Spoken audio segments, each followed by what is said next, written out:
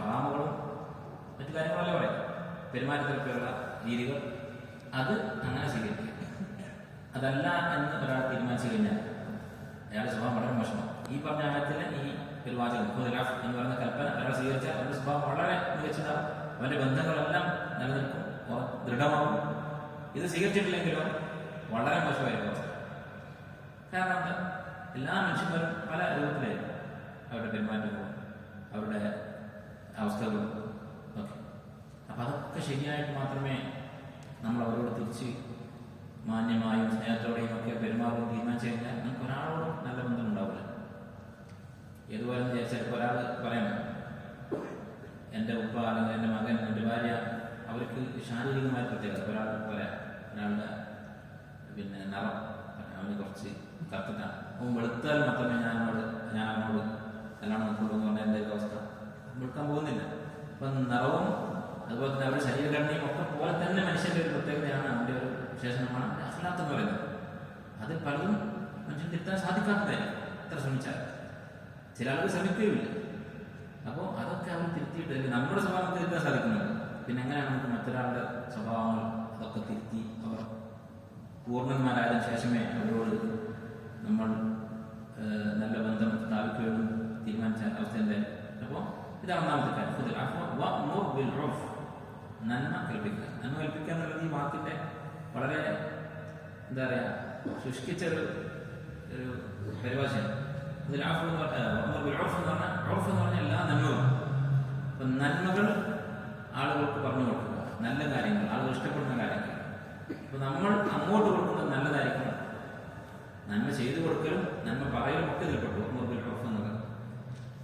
ഇങ്ങോട്ട് കിട്ടുന്നത് എന്തായാലും അത് സ്വീകരിക്കുക, അങ്ങോട്ട് നല്ലത് ചെയ്യുകയും ചെയ്യും.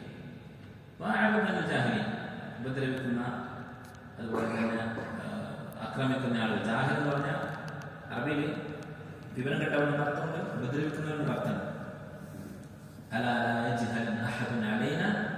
കൈ പറഞ്ഞതാണ്,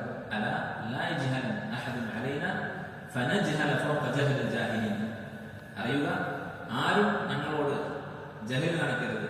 കാണിച്ചാൽ അവനേക്കാൾ വലിയ ജഹൽ ഞങ്ങൾ അങ്ങോട്ട് കാണിക്കും. ജഹലിനോട് ഉദ്ദേശിക്കുന്നത് ഇവിടെ അക്രമമാണ്. അപ്പൊ അങ്ങനെ അക്രമിക്കുന്ന ആളുകൾ, ഉപദ്രവിക്കുന്ന ആളുകൾ അവരിൽ നിന്ന് തിരിഞ്ഞുകളയും. അവരുടെ അക്രമത്തിന് പ്രതികരിക്കാനും മറുപടി കൊടുക്കാനും പ്രതികാരം ചെയ്യാൻ നിൽക്കേണ്ടതില്ല. അപ്പൊ നമുക്ക് ഈ 3 വാചകങ്ങൾ, ചെറിയൊരായത്ത്, ഒരു വരി പോലും ഇല്ലാത്തൊരായത്ത്, ഇതൊരാൾ ജീവിതത്തിൽ പകർത്തിയാൽ അവന്റെ ജീവിതത്തിൽ സ്വപ്നമുണ്ടാകും. ഷെയ്ഖ് അബ്ദുറഹ്മാൻ സാദി റഹ്മത്തുള്ളാഹി അദ്ദേഹം ഈ ആയത്ത് വിശദീകരിക്കുന്നത് വായിച്ചു നോക്കിയാൽ അതിൽ നല്ല വായന കുറച്ചധികം വിശദീകരിച്ചിട്ടുണ്ട് ആയത്ത്. ഏതായാലും അപ്പൊ ഈ 2 സ്വഭാവങ്ങൾ സൂറത്ത് ആൽ-ഇംറാനിൽ കണ്ടു, ഇവിടെ സൂറത്ത് ആറാഫ്. ഇതാണ് സ്വഭാവ ഗുണങ്ങളുടെ അടിസ്ഥാനം. അതുകൊണ്ടാണ് ഈ സൂറത്തിന്റെ ഖാത്തിമത്തായ ഇതിന്റെ ഉപസംഹാരമായിട്ട് ഈ കാര്യം എടുത്തു പറഞ്ഞത്. ഫസ്ബിർ ലിഹുക്മി റബ്ബിക, നിന്റെ റബ്ബിന്റെ ഹുക്മിന്റെ മുന്നിൽ നീ സബർ കാണിക്കുക. റബ്ബിന്റെ ഹുക്ം എന്ന് പറഞ്ഞാൽ അല്ലാഹുവിന്റെ ഹുക്ം എന്ന് പറയുന്നത് 2 അർത്ഥമുണ്ട്. ഒന്ന് അൽ ഹുക്മു ശർഈ, 2 അൽ ഹുക്ം അൽ ഖദരി. അല്ലാഹുവിന്റെ വിധി ദീനിന്റെ രൂപത്തിൽ നമ്മുടെ മുന്നിലേക്ക് വരും. ഇന്നത് ചെയ്യണം, ഫർളാണ്, ഇന്നത് ചെയ്യരുത്, ഹറാമാണ്, അത് അനുസരിക്കുക. സബറോടുകൂടി സ്വന്തത്തെ നിയന്ത്രിച്ചുകൊണ്ട് അനുസരിക്കുക. അതുപോലെ തന്നെ അല്ലാഹുവിന്റെ ഹുക്മുൻ ഖദരി, അല്ലാഹുവിന്റെ പ്രാപഞ്ചികമായ നിയമങ്ങൾ, അവന്റെ വിധികൾ നമ്മുടെ ജീവിതത്തിൽ വരും. അതായത് നമുക്ക് ഇഷ്ടമുള്ളതുണ്ടാകും, ഇഷ്ടമില്ലാത്തതുണ്ടാകും. അല്ലാഹുവിന്റെ വിധി, ദാരിദ്ര്യം വന്നു, സമ്പത്ത് വന്നു. അപ്പൊ ഇങ്ങനെ അല്ലാഹുവിന്റെ വിധി പല രൂപത്തിലായിരുന്നു നമ്മുടെ ജീവിതത്തിൽ കടന്നു വരിക. ആ വിധി ഫസ്ബിർ, ക്ഷമിക്കുക. ഈ 2 അനുസരിക്കുക, 2നും കീഴ്പ്പെടുക. അതാ ഫസ്ബിർ ലിഹുക്മി റബ്ബിക. അല്ല, അല്ലാഹുവിന്റെ വിധി എന്ന് പറയുമ്പോൾ നമുക്ക് ഇഷ്ടപ്പെടാത്ത കാര്യങ്ങൾ അത് തന്നെ 2 രൂപത്തിലുണ്ടാവും. നമുക്ക് ഇഷ്ടപ്പെടാത്ത ഒന്ന്, നേർക്ക് നേരെ അല്ലാഹുവിൽ നിന്ന് നമ്മുടെ ജീവിതത്തിലേക്ക് വരുന്നത്.